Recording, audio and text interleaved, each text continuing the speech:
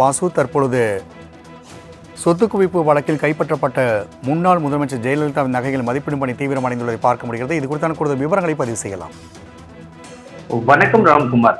சொத்து குவிப்பு வழக்கில் ஜெயலலிதாவிடமிருந்து பறிமுதல் செய்யப்பட்ட அனைத்து தங்க, வெள்ளி, வைர நகைகளை தமிழ்நாடு லஞ்ச ஒழிப்புத்துறை அதிகாரியிடம் ஒப்படைக்கும் பணியானது தற்போது தொடங்கியுள்ளது.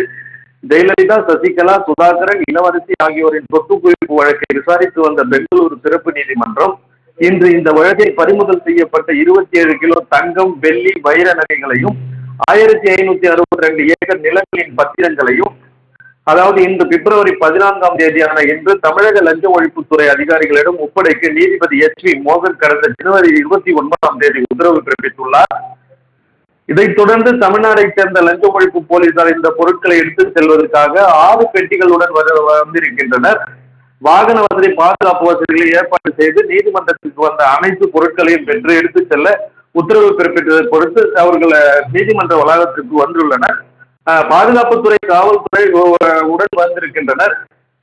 ஒட்டுமொத்த பொருட்களையும் எடுத்துச் செல்லும் போது அவற்றை மதிப்பீடு செய்வதற்காக மதிப்பீட்டாளர்களும் தற்போது மதிப்பீடு செய்ய தொடங்கியுள்ளனர். பெங்களூரு சிறப்பு நீதிமன்றம் இன்று காலை 11:10 மணி அளவில் தமிழ்நாடு உள்துறை இணை செயலாளர் ஹரிமேரி, தமிழ்நாடு லஞ்ச ஒழிப்பு ஊழல் தடுப்பு பிரிவு எஸ்பி விமலா, கூடுதல் எஸ்பி புகழ்வேந்தர், இரு உதவி போலீஸ் கமிஷனர்கள், 2 போலீஸ் இன்ஸ்பெக்டர்கள், 30 போலீசார் மற்றும் ஆபரண மதிப்பீட்டாளர்கள், வீடியோ மற்றும் புகைப்பட கலைஞர்கள் வந்துள்ளனர்.